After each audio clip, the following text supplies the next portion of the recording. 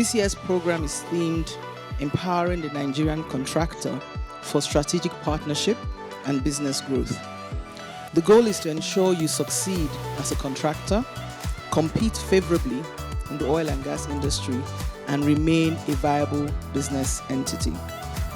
Yes, I must commend Seplat for bringing this training down to the doorstep of every contractor. We learned a lot in our businesses in this oil and gas industry, a lot that we didn't know. What is Nigerian content? I mean, that's one of the main reasons why we're here. What is Nigerian content? It is an intentional act by government to ensure that we retain a lot of the value that is created in the oil and gas industry.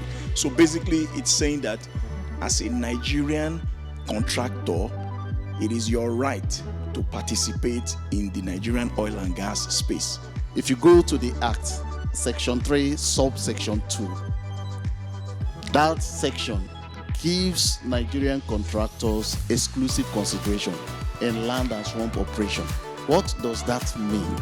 This means that as far as Seplat is concerned, no foreign contractor is permitted to participate in our bidding process. The law says that all contracts should be given to Nigerian contractors, provided you are competent and you have the right personnel and the right equipment.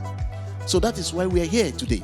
We are here to also further support you in overcoming whatever challenges you may have in this regard. And that is why we have our partners from NCDMB here to speak with you on how to obtain these certificates to address whatever challenges you may have had in the past in regularizing your status. I feel this was a very impactful program. I also like the fact that they didn't speak too technical. They were technical, but not too technical. And they spoke more about, how to grow your business, which is very needed in the situation and industry we have now. We believe that as they get back to the field, they will be able to implement all that they have learned here and do better as contractors working for Seplat.